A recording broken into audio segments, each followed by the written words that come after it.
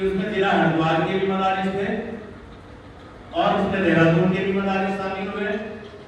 उसमें कुछ हल्द्वानी के भी मदारिस शामिल थे। उन सारे जितनी रिट पिटीशन आई थी हाई कोर्ट में, सारे रिट पिटीशन को एक साथ इकट्ठा कर दिया और उसमें एक साथ सुनवाई की और ये 26 अगस्त का जजमेंट आया। 26 अगस्त के जो जजमेंट, जहां तक कि मैं समझता हूँ, बाकी तो मेरे सीनियर साथी हैं सुप्रीम कोर्ट से आए हैं, वकील साहब, मुझसे बेहतर तो वही बता पाएंगे, लेकिन जहां तक इस जजमेंट को मैं समझता हूँ, हाई कोर्ट में 2-3 बातें इसमें कही हैं। पहला तो उसने ये कहा कि उत्तराखंड मदरसा बोर्ड अधिनियम जो बना उसमें मदरसे की परिभाषा, डेफिनेशन क्या है। उसमें एक्ट में यह माना गया कि जिन शिक्षण संस्थान में, जिस बिल्डिंग में सरकार के द्वारा मान्यता प्राप्त कोर्स चलते हो, जैसे कि तहतानिया हो गया, मुंशी हो गया, मौलवी के कोर्स हो गए, ऐसे अगर कोर्स चलते हो तो ऐसे संस्थान को मदरसा कहा जाएगा। दूसरा उसने उनकी डेफिनेशन भी उस एक्ट में खोली कि ऐसे कौन से कोर्स होंगे, वो यही होंगे जो मैंने अभी आपको बताया। आगे उसने इस जजमेंट में ये भी कहा कि अगर ऐसे मदरसे जिनको सीज किया गया है वो ये हल्फनामा दे दें कि हम मदरसा बोर्ड की बिना अनुमति के, बिना मान्यता के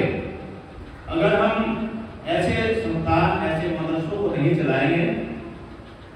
ऐसा हल्फनामा दे दें तो ऐसी बिल्डिंगों को, ऐसे मदरसों को रिलीज करके जाए, खोल दिया जाए।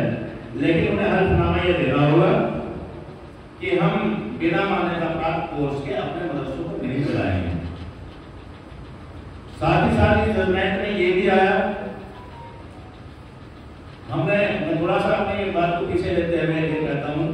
कि एक हमने सूचना के अधिकार में जिला अल्पसंख्यक समाज कल्याण अधिकारी से हमने सूचना भी मांगी थी। मैं वकील साहब के ये बातों से कहना चाहूँगा कि बाद में मशवरा जरा मुझसे बेहतर हो ही देंगे। उसमें ये हमने मांग की थी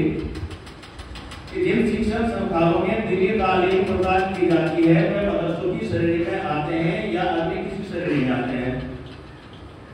तो उसमें जिला अल्पसंख्यक समाज कल्याण अधिकारी देहरादून और हरिद्वार ने भी यही लिख दिया है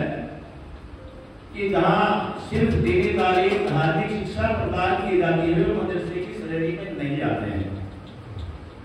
मदरसे की श्रेणी में केवल वही शिक्षण संस्थान आते हैं जहाँ तहतानिया, फोगानिया, मुंशी, मौलवी स्तर के कोर्स पढ़ाए जाते हो और डिग्री प्रदान की जाती हो। जिला अल्पसंख्यक समाज कल्याण अधिकारी ने भी इसमें यही लिख दिया। फिर हाई कोर्ट ने भी उसे रिपीट किया कि जो जहां पर ये तहतानिया, मौलवी, मुंशी वाले कोर्स पढ़ाए जाएंगे वो तो अपने बिल्डिंग के ऊपर मदरसा लिखेंगे, और अगर कोई कोर्सेज को नहीं चलाता और सिर्फ मजहबी तालीम ही देता है कुरान पाक की या और कोई जो सरकार के द्वारा मान्यता प्राप्त कोर्स को नहीं चलाता, ऐसे संस्थान जो वो मकतब कहलाएंगे और मकतब को चलाने के लिए किसी मान्यता की जरूरत नहीं है। यही बात कहते हुए साथ साथ हमारे रिट पिटीशन को भी सबको खारिज कर दिया हाई कोर्ट ने इस 26 अगस्त के आदेश से। अब सवाल इस बात का है कि हमारे दीनी इदारों को लेकर या मदरसा बोर्ड लिखने को लेकर या मकतब लिखने को लेकर ऐसा आदेश पारित करने की हाई कोर्ट को ऐसी कोई पावर नहीं थी। मदरसा बोर्ड को बैन नहीं किया जा सकता है। तो मेरा जहां तक नजरिया है इस जजमेंट को पढ़ने के बाद, मैं तो सब लोगों से, आपसे अपना कानूनी मशवरा और आप लोगों से सबसे यही अपील करूंगा कि इस जजमेंट के खिलाफ जो है हमें डबल बेंच में अपील करनी चाहिए। इस ऑर्डर के खिलाफ अपील सिर्फ वही लोग कर सकते हैं जिन लोगों ने ये रिट पिटीशन फाइल किया और जिम्मेदारी इसमें। तो मैं थोड़ा सा ये जानना चाहता हूँ हजरत कि क्या ऐसे लोग यहाँ इस मीटिंग में मौजूद हैं